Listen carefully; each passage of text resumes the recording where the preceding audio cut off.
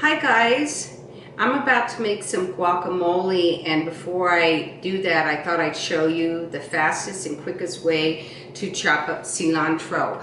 I use a lot of cilantro in almost everything, and so I pre-washed this, and look at how much it is. Well, this is a lot, and that could take a while to cut up, which is fine, but since I cook so much, I really don't, I want to do things quick so we can get together and eat. So basically what I'm going to do is cut this in half a little bit to get it in the Cuisinart, and then I'm going to pulse it slowly, because if you just go let it run really fast and it starts getting over chopped, it gets a little bit just too slimy. It doesn't really work out.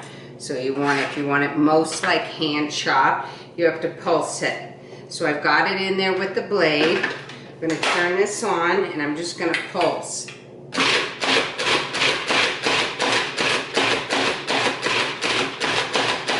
And sometimes you can get the top to the bottom to assist it a little bit.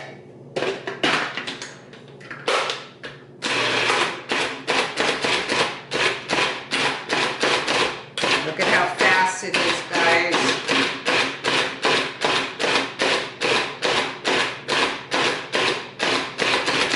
Then I'm also going to show you how I store this,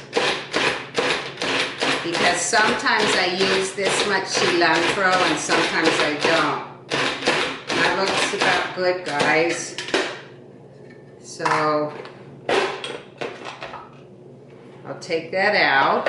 So over the years, sometimes, especially with parsley, I can't use a whole bunch of parsley in a week and it goes bad. So I used to put it in these ice cube trays with water over the top, but after a couple days it freeze dries. No matter how good your freezer is, it just freeze dries, it dries up. You can put a lid on it, but I found it does the same thing.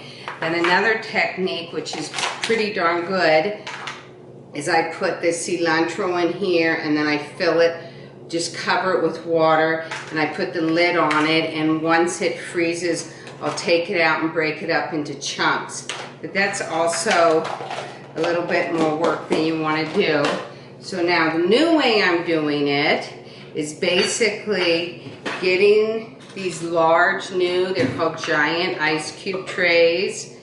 So I'm filling each one up with about a tablespoon to a tablespoon and a half.